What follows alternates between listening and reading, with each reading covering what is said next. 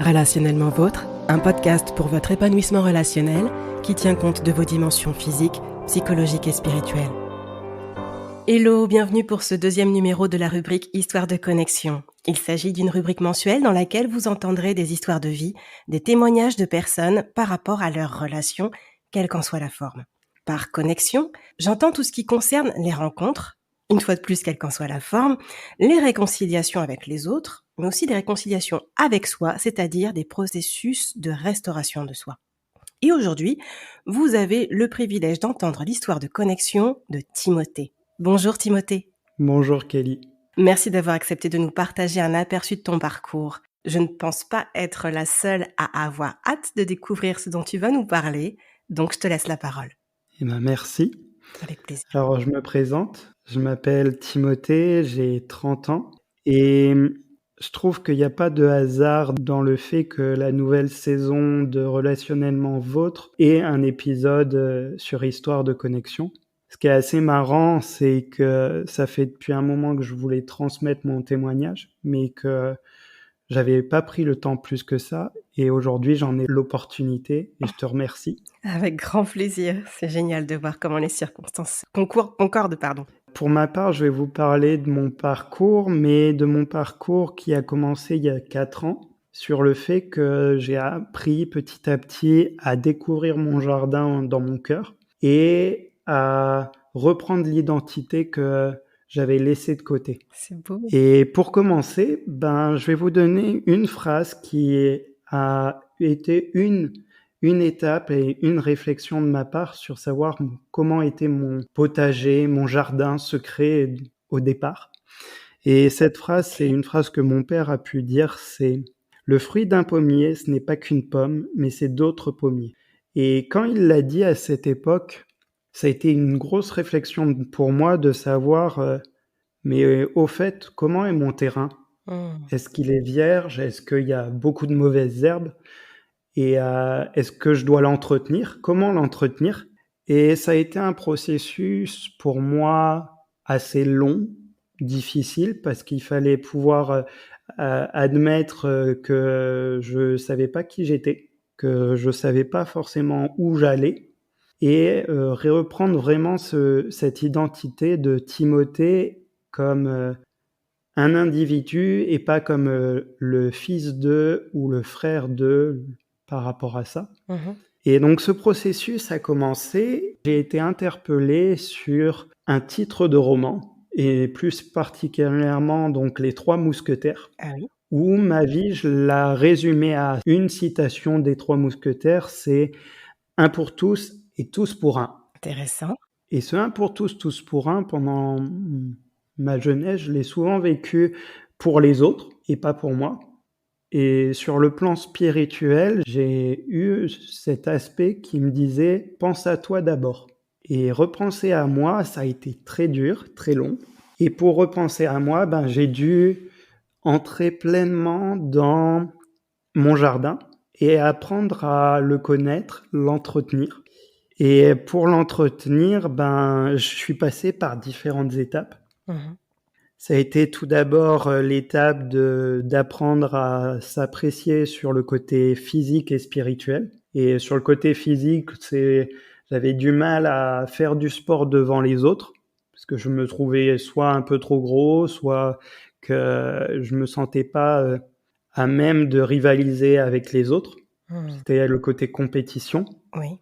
Et le Seigneur m'a fait découvrir ce côté « aime-toi comme moi je t'aime ».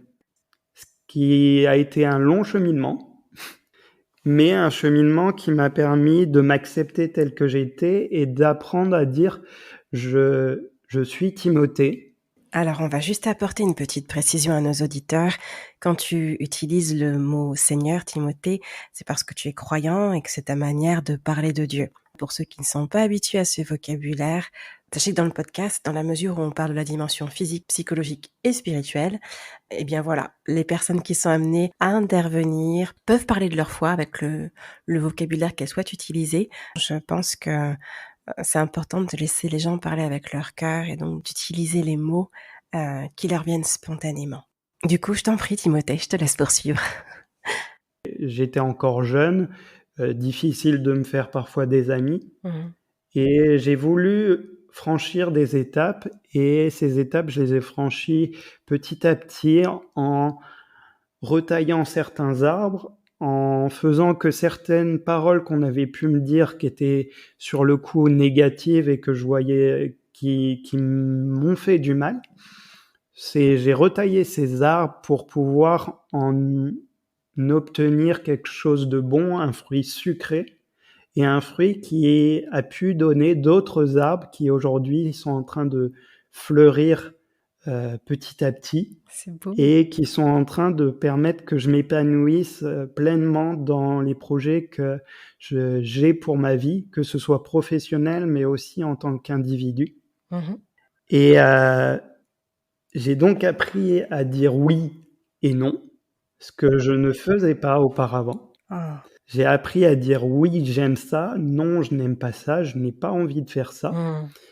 Et c'est à ce moment-là où j'ai commencé à redécouvrir mes passions, que ce soit dans le dessin, dans la photographie, et avec ce côté où j'imposais mon style, mon idée, et je faisais pas, par exemple, des photos parce que les autres trouvaient ça beau et donc je faisais la photo pour les autres. Non, c'est vraiment, je faisais des photos sur un côté artistique qui avait une émotion pour moi. Intéressant, tu as découvert ton identité d'artiste en C'est plus. ça. C'est super. C'est ça. J'ai découvert cette identité. Je pensais qu'elle me serait jamais utile sur le plan professionnel ou sur le plan personnel. Mmh. Et petit à petit, cette âme d'artiste a permis que je puisse m'en servir personnellement en écrivant et en dessinant des dessins pour des histoires, OK. mais aussi en étant appelé à dessiner ce que les autres n'arrivaient pas forcément à dessiner. Waouh! C'est-à-dire? Bah, par rapport à ça, c'est par exemple, j'ai un imaginaire et une créativité qui fait que quelqu'un peut me parler d'un rêve, peut me parler de quelque chose d'une image qu'il a vue Oui. et je suis capable de retranscrire cette image dans un dessin Énorme. et que ça puisse toucher émotionnellement surtout la personne, Mmh. lui rappelant parfois des souvenirs ou autre chose par rapport à ça. C'est exceptionnel. Et j'ai été tellement touché par ça que j'ai continué à développer cette identité artistique tout en entretenant donc mon jardin intérieur. Mmh. Et pendant très longtemps, dans mon jardin intérieur, il y avait un peu comme une petite cabane au fond du jardin que j'avais jamais ouvert parce que j'avais mis là beaucoup de cadenas dessus. Et le Seigneur m'a appelé à ouvrir petit à petit ces cadenas parce que ce petit cabanon au fond du jardin, en fait, c'est toutes les choses que soit j'ai pu nier de mon identité, soit toutes les choses qui ont pu me faire du mal et que j'ai pas voulu gérer. Mmh. Et donc c'était un peu l'endroit que je voulais pas du tout y entrer. Mmh. Et depuis 2-3 ans, je suis en train petit à petit de déverrouiller les verrous, de franchir des étapes personnellement, émotionnellement aussi, parce que les émotions pour ma part, ça restait très intérieurement. Dans le côté familial, c'est comme ça que moi j'ai pu le ressentir. D'accord. C'est chez les garçons, il fallait pas montrer ses émotions. Mmh. Et si tu montrais tes émotions, c'était un côté de faiblesse. Sauf que, ben, au bout, là, dans les 2 dernières années, le Seigneur, il m'a dit: «Mais non, c'est pas des faiblesses. C'est ton identité et il faut que tu acceptes de vivre avec, d'apprendre à les gérer, mais à les laisser venir parce que c'est quelque chose qui t'est profitable pour ta vie, qui est profitable pour découvrir qui tu es». Donc c'est ce que je suis en train de vivre petit à petit et dans ce fait de vivre, ce changement et de me retrouver moi-même, Oui. j'ai été enseignant donc contractuel, c'est-à-dire remplaçant en histoire-géographie pendant presque 3 ans OK. et au bout des 3 ans, ben, je me suis rendu compte que j'en avais marre, c'était pas vraiment ma place, que moi j'avais pas envie d'être transmission, l'enseignant donne le savoir et l'élève écoute. Mais je voulais vivre une vraie relation de l'élève peut m'enseigner aussi. Et je suis là pour transmettre et je veux transmettre en dehors des bâtiments, donc à l'extérieur. Mhm. Et ce changement, j'en ai parlé la première fois avec ma mère. Oui. Et ma mère m'a expliqué que depuis toujours, mon père et elle savaient que je ferais un métier dans la nature. Ils me l'avaient pas forcément dit clairement. Ah. Et ça a été au départ un choc pour moi. Et ensuite, au fur et à mesure où j'ai pu réfléchir sur ça, j'ai constaté que mon père avait un peu dirigé les choses dans les réflexions qu'il menait avec moi. Mais il voulait pas me donner la solution toute faite. Oui. C'était à moi aussi de cheminer. Et sur ça, je l'en remercie. Mm. Et donc, le changement, il a eu vraiment lieu en 2021 où j'ai commencé à chercher les métiers que je pouvais faire dans la nature. Ok. Donc, il y a eu des échecs par rapport à ça. J'ai tenté d'être technicien de l'environnement en passant un concours, je l'ai pas eu. Mais ça m'a pas découragé par rapport à d'autres concours que j'avais pu passer. Mhm. J'ai cherché une formation en 2 ans pour être gestionnaire dans la protection de la nature. Mais étant donné que j'étais âgé, c'était compliqué de trouver une formation qui veuille bien me prendre. Et il y a eu un jour où j'ai été interpellé sur le fait de dire tu fais une recherche depuis pas mal de temps sur Google, t'écris animateur nature formation. J'ai eu cette réflexion et ça a été vraiment le fait de dire refais cette recherche aujourd'hui parce qu'il y a une réponse. Wow. J'ai fait cette recherche et cette recherche a ouvert aujourd'hui une porte pour que je devienne animateur nature. Trop fort. Ouais, et donc j'ai fait un changement total parce que j'habitais les Hauts-de-France et la formation se déroulait dans le Gard. Effectivement, gros changement. Un gros changement. Première fois où j'avais mon propre logement et le fait est que mes aides financières Pôle emploi se terminaient avant la formation, donc il fallait un financement pour que je puisse faire cette formation. Eh oui. Et la formation qui était dans le Gard était financée par la région, donc je n'ai rien dû payer pour faire cette formation. Wow. Et en même temps, j'ai eu un salaire de la région pour faire cette formation. Énorme. Alors ça, j'ai été tout content. Je fais OK, je m'inscris à cette formation. Donc il y a eu des sélections. Les sélections, je les ai passées haut la main. Ça s'est ouvert tout seul. J'ai validé, même si j'ai dû faire quand même des efforts personnels, mais les portes se sont ouvertes facilement. Et suite à cette formation, il y a une petite voix qui m'a interpellé en me disant tu vois, j'ai ouvert les portes pour cette formation et maintenant, moi, je t'appelle pour la suite à être ambassadeur sur Terre et ambassadeur de la Terre. Wow. Au départ, je comprenais pas forcément qu'est-ce que ça voulait dire. Effectivement. Et donc, j'ai essayé de comprendre. J'ai posé des questions à plusieurs personnes par rapport à ça, de comprendre qu'est-ce que ça voulait dire ambassadeur. Et c'est là où je suis tombé sur une citation de Paul Ricoeur qui me correspond bien aujourd'hui par rapport à ce côté d'ambassadeur. Nous ne sommes ni le commencement, ni la fin. Nous survenons en quelque sorte au beau milieu d'une conversation qui est déjà commencée et dans laquelle nous essayons de nous orienter afin de pouvoir, à notre tour, y apporter notre contribution. C'est magnifique. Et aujourd'hui, cette phrase, c'est un peu mon leitmotiv de tous les jours. Oui. Parce que c'est vraiment de comprendre que je ne peux pas faire tout seul. J'ai besoin d'aide par rapport à ça. Mais au travers de mon identité personnelle, j'ai compris que j'avais besoin de cette nature et donc d'être ambassadeur de cette nature pour pouvoir partager avec les autres mes passions et mes savoirs. Et donc la formation, elle a commencé d'animateur nature en janvier 2024. Ah oui, c'est tout récent. Ok. Donc c'est tout récent. Et elle a déjà déverrouillé des cadenas de ce cabanon que j'avais laissé au fond du jardin. Ah oui. Notamment sur une des semaines, La semaine était sur la thématique de l'expression corporelle et le fait de raconter des histoires. Oui.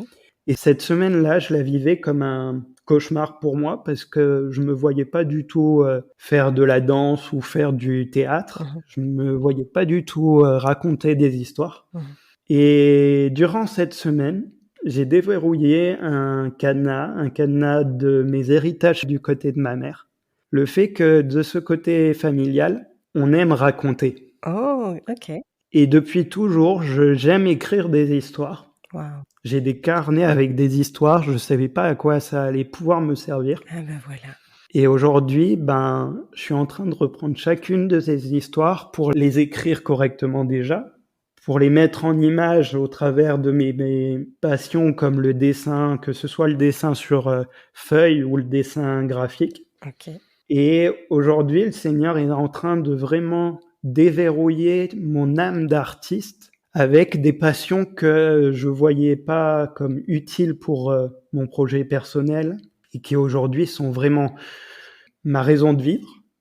C'est beau. Et notamment, donc j'ai déjà parlé de certains, mais la photographie paysagère et animalière me permet pour certains moments d'exprimer un peu plus mes émotions, ce que je ressens. Ok. Donc aujourd'hui, chaque photo que je peux faire, elle a une histoire. C'est magnifique. Et aujourd'hui, c'est ce que je veux pouvoir vivre et faire avancer dans le jardin de mon cœur, c'est que l'histoire continue, que cette cabane puisse avoir moins de verrous et puisse être ouverte sur le monde, ouverte sur les autres, que la lumière puisse rayonner dans mon jardin pour qu'elle aille au-delà et faire bénéficier les personnes qui m'entourent de cette lumière pour que eux aussi puissent s'épanouir là où ils sont appelés.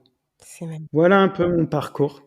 Merci beaucoup, Timothée. Ce témoignage est vraiment très parlant. Et sans même le savoir, quand tu parles de lumière, c'est intéressant parce qu'au moment où on enregistre cet épisode, l'épisode 62 du podcast n'est pas encore sorti, donc tu ne sais pas que je vais parler de lumière dans cet épisode-là.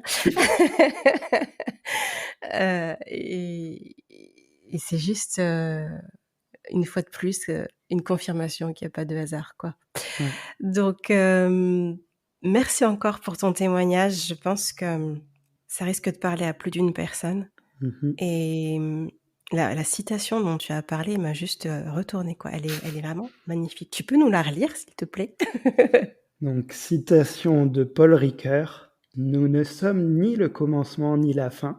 Nous survenons en quelque sorte au beau milieu d'une conversation qui est déjà commencée et dans laquelle nous essayons de nous orienter afin de pouvoir, à notre tour, y apporter notre contribution. » Je trouve que c'est un magnifique point à apporter à cet épisode. En tout cas, c'était vraiment une joie de t'avoir sur le podcast. C'est un plaisir pour moi. Merci. Je te souhaite une excellente continuation dans ta formation. Merci. Et peut-être à bientôt. On ne sait jamais. Le hasard le dira. Merci Timothée. Ce deuxième numéro de la rubrique Histoire de connexion est terminé. Si vous souhaitez réagir à ce témoignage, vous pouvez laisser vos commentaires sur la chaîne YouTube ou sur le compte Instagram de Relationnellement Vôtre, ou sinon, vous pouvez aussi nous les envoyer par mail. Les différents liens à cet effet se trouvent en description de l'épisode. Alors, on ne se retrouve pas la semaine prochaine, mais dans 2 semaines avec un nouvel épisode du podcast. Je vous souhaite de passer une excellente semaine avec un beau week-end de Pâques pour la clôturer, et on se dit à très vite. Relationnellement Vôtre.